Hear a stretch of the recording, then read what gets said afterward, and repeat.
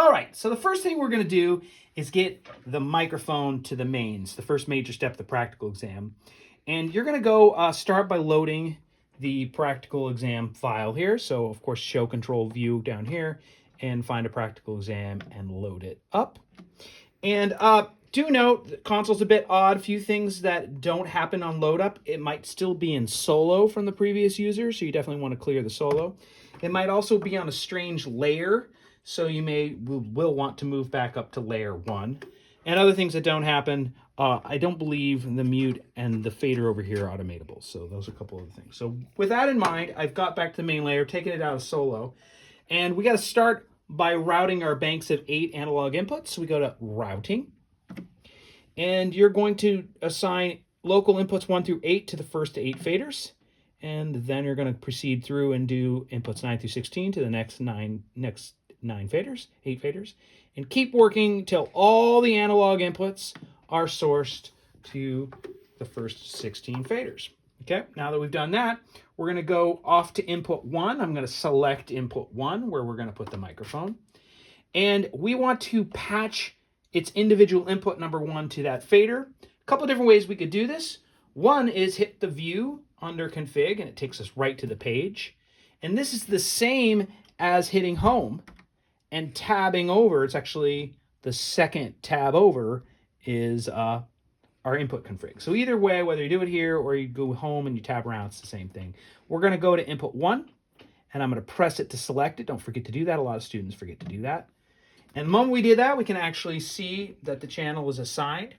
This is a condenser mic. You'll have a condenser mic on the practical exam, so you certainly want to turn on phantom power. And you want to turn up the preamp till you see your voice kind of peaking at about -18. And I've noticed about this knob that if you move it slower, it actually goes faster. It's around 2 o'clock-ish to, hey, big sound guy voice, check, check, 2, 2, hey, hey, a little loud.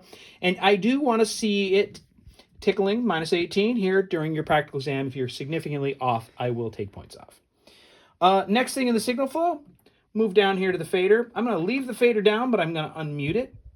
And I'm going to continue to leave the fader down. I'm going to come to it. That's the last thing I'm going to do. I don't want to leave it up and have some kind of crazy, awful loud feedback. So I'll come back to the fader. I do have to assign it to the stereo bus. We often call this the Gogan button here because a lot of people forget to Gogan it. And we press it to the stereo bus. Now onto the stereo bus. Again, it's down, so let's put it right on Unity. I do take off points if you're not on Unity game with your master fader, so please put it right on Unity, right at 0. Unmute it. And then we need to put a graphic EQ across the stereo bus. And so you do that by going to the Effects tab. And the graphic EQs are on the right side.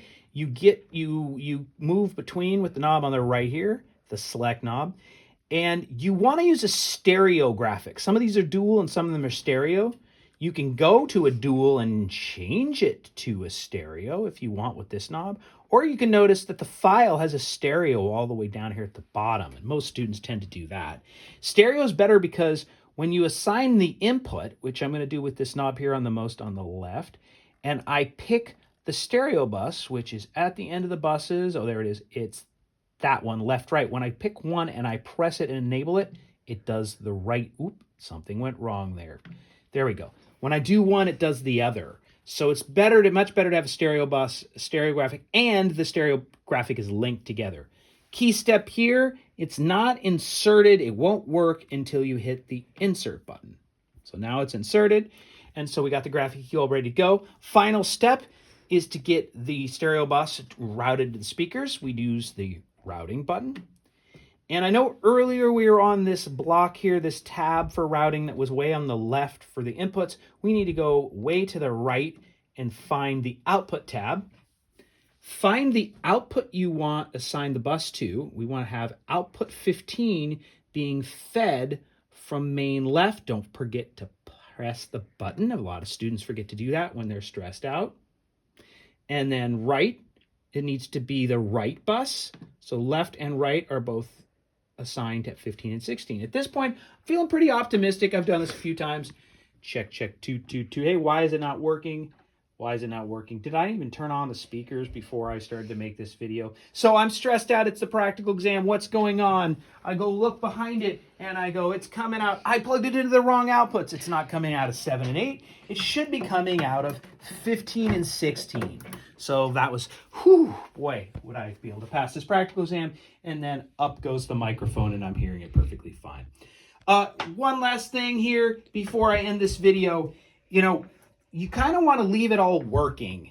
It's because having it working now will make sure the next steps in the practical exam work.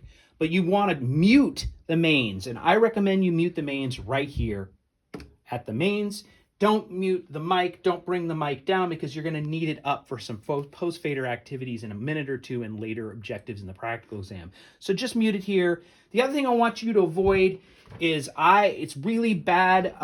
It's bad form in live sound to mix like this. And I see a lot of beginning engineers, they hear feedback and they bring down the master fader and then they bring up the mic. You don't want to be mixing with two hands. You want to mix with one hand on the input. So the master fader should always live at unity gain. And I'm going to watch you during the practical exam and make sure that stays at unity gain and you do your mixing here. But at the moment, we're ready for the next big step in the exam. The mains are working. Onward.